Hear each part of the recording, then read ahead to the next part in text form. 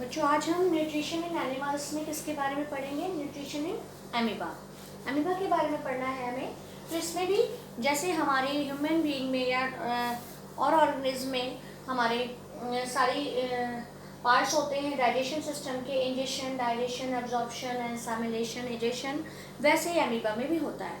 ठीक है, अमीबा के बारे में पहले पढ़ेंगे होता क्या है और फिर वो कैसे इस प्रोसेस को करता है उसके बारे में पढ़ेंगे। ठीक है, तो now read the chapter Nutrition in Amoeba.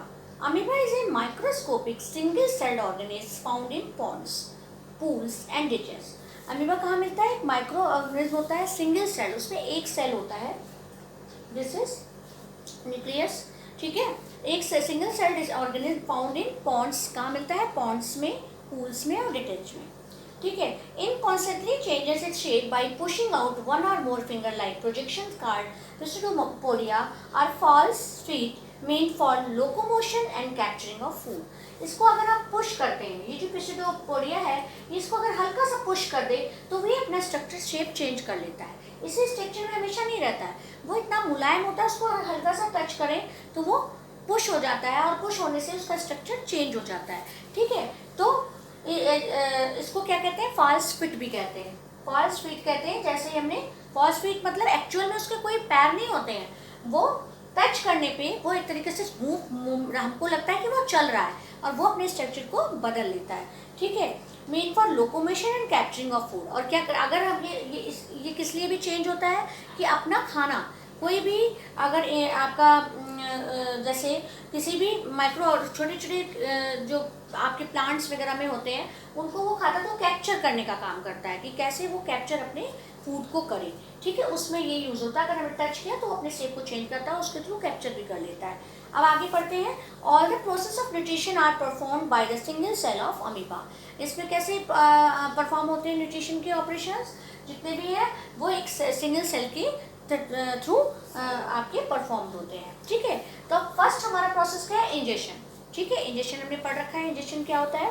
Amoeba eats tiny microscopic plants and animals as food which float in water in which it lives. क्या करते हैं?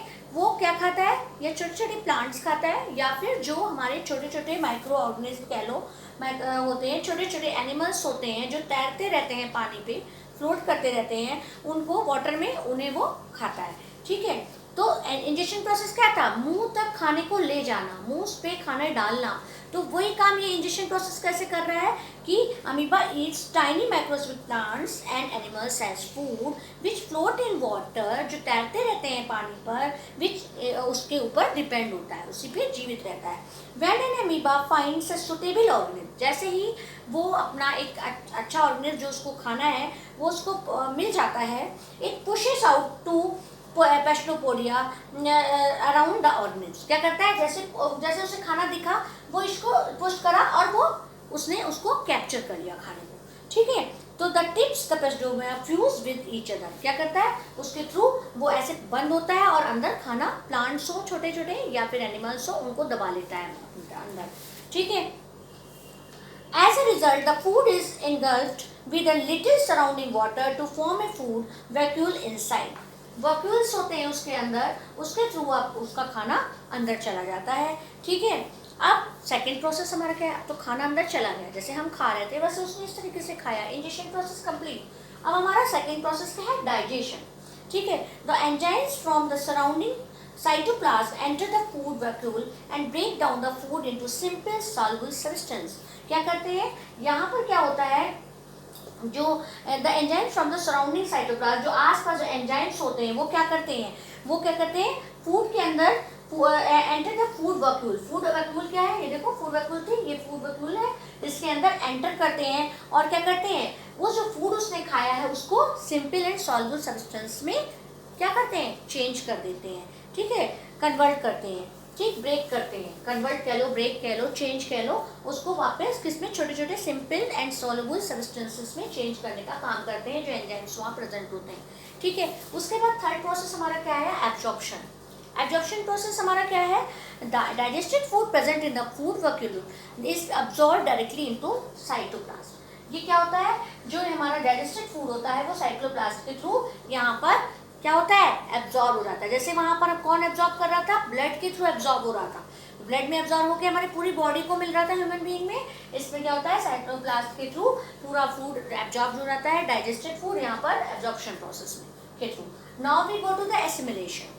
हमारा एसिमिलेशन प्रोसेस क्या है, the digested food absorb by the cytoplasm is stored और utilised for its growth, development, multiplication and release of energy.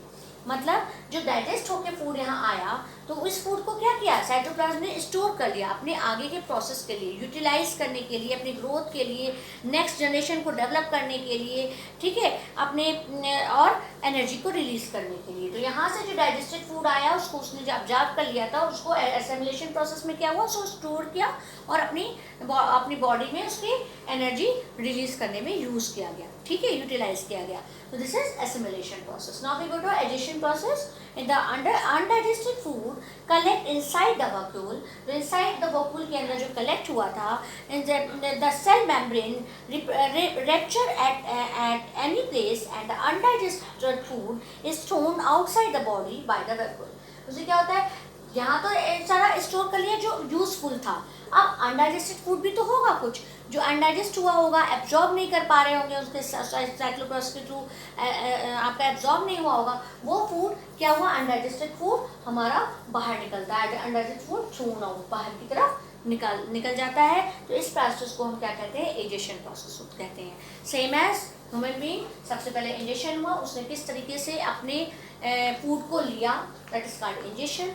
उसके बाद उसने कैसे डाइजेस्ट किया, एंजाइम के थ्रू कैसे वो डाइजेस्ट हुआ, और उसके बाद एब्जॉर्ब किया गया, है ना, उसके बाद एब्जॉर्प्शन हुआ, एब्जॉर्ब कर लिया, उसके digested food diffusion out of vacuole, vacuole से उसने साइक्लोप्लाज्म के थ्रू एब्जॉर्ब किया, और उसके बाद एसिमिलेशन में उसने क्या किया, यूटिलाइज किया उस प्रोसेस को, उसको स्टोर किया और अपने फूड को यूटिलाइज किया बॉडी के अदर प्रोसेसेस के लिए, डेवलपमेंट के लिए, और उसके बाद एनर्जी रिलीज हुई। उसके बाद भी कुछ ऐसा फूड रह गया जो अनडाइजेस्टेड रहा, एब्जॉर्ब नहीं हो पाया, उस फूड को उसने थ्रोन आउट कर दिया, जिस प्रोसेस को हमने क्या कहा, एजेशन प्रोसेस। तो ये था हमारा न्यूट्रिशनिस्ट इन अमीबा, ठीक है।